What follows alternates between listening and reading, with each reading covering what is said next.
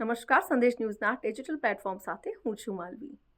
અત્યારે મહિલાઓ ઘર સંભાળે છે, બાળકોને સંભાળે છે, સાથે સાથે બિઝનેસ કરે છે, જોબ કરે છે અને આ બધાની વચ્ચે પોતાની પર્સનલ લાઈફ અને પ્રોફેશનલ લાઈફ બંને વચ્ચેનું જે બેલેન્સ છે એને મેન્ટેન કરે છે.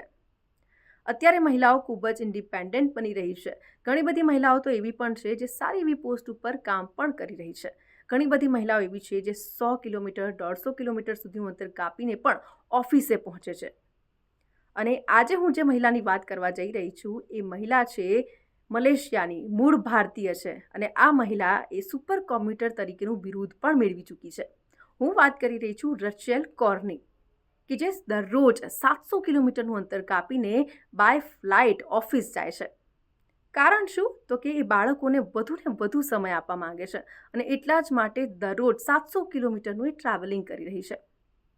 જે કામ માત્ર ને માત્ર એક માતા જ કરી શકે.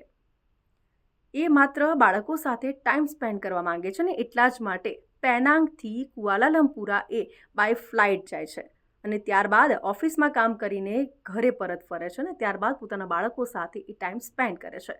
એનું રૂટીન છે સવારે 4 વાગે ઉઠી જવાનું, ત્યારબાદ 4 થી 5માં ઘરના કામ પતાવી દેવાના, ત્યારબાદ 5:55 એરપોર્ટ પહોંચી જવાનું અને ત્યારબાદ એ ઓફિસના રિપોર્ટિંગ ટાઈમ પહેલાં એ ઓફિસ પહોંચી જાય છે અને ત્યારબાદ ઓફિસથી રાત્રે 8 વાગે ઘરે આવે છે અને ત્યારબાદ બાળકો સાથે પોતાનો સમય વિતાવે છે, જે માત્ર ને માત્ર એક માતા જ કરી શકે.